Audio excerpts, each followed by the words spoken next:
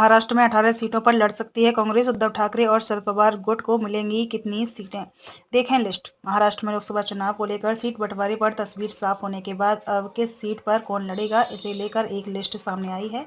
महाविकास अघाड़ी के घटक दलों के बीच लोकसभा चुनाव में सीटों को लेकर कुछ इस तरह का गणित बन सकता है।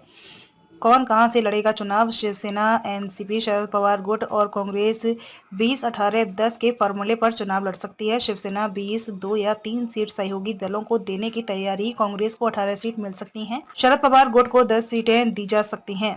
वंचित बहुजन अघाड़ी के साथ आने पर अकोला की जगह छोड़ने के साथ साथ अन्य एक सीट वीवीए को देने की तैयारी है। राजू शेट्टी के स्वाभिमानी शेतकरी संगठन के लिए एक सीट छोड़ने की तैयारी है।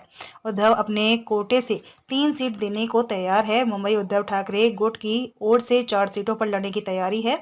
मुंबई में उद्धव ठाकरे गुट जिन 4 सीटों पर चुनाव लड़ सकता है उनमें दक्षिण मुंबई, दक्षिण मध्य मुंबई, उत्तर पश्चिम मुंबई सीट शामिल है। और अगर वंचित बहुजन अघाड़ी के साथ गठबंधन होता है तो मुंबई की एक सीट उन्हें भी दिया जा सकता है। मुंबई की बाकी बची 2 सीटों पर कांग्रेस लड़ेगी। उत्तर मुंबई सीट के लिए कांग्रेस एनसीपी उत्सुक नहीं है, इस पर भी शिवसेना की तैयारी है।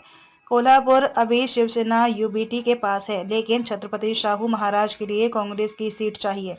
कोल्हापुर के लिए शिवसेना यूबीटी के साथ चर्चा है। शिवसेना को कोल्हापुर के बदले सांगली सीट चाहिए। हाथकणंगले सीट पर स्वाभिमानी किसान संघ के राजू शेट्टी का समर्थन है। शिवसेना इन सीटों पर लड़ सकती है चुनाव। इसमें रत्नागिरी, सिंधुदुर्ग, रायगढ़, ठाणे, कल्याण, डोंबिवली, पालघर, नाशिक, शिर्डी, जलगांव, मावला, धाराशिव, परभणी, संभाजीनगर, रामटेक, बुलढाणा, हिंगोली और यवतमाल का नाम शामिल है।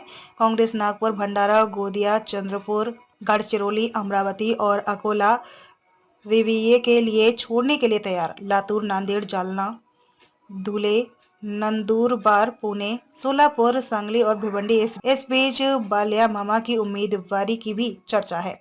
उत्तर मध्य में शरद पवार की गुट एनसीपी लोकसभा की जिन सीटों पर चुनाव लड़ सकता है वो है बारामती, शिरूर, बीड़, दिंडोरी, रावेर, नगर, माड़ा, सतारा और वर्धा।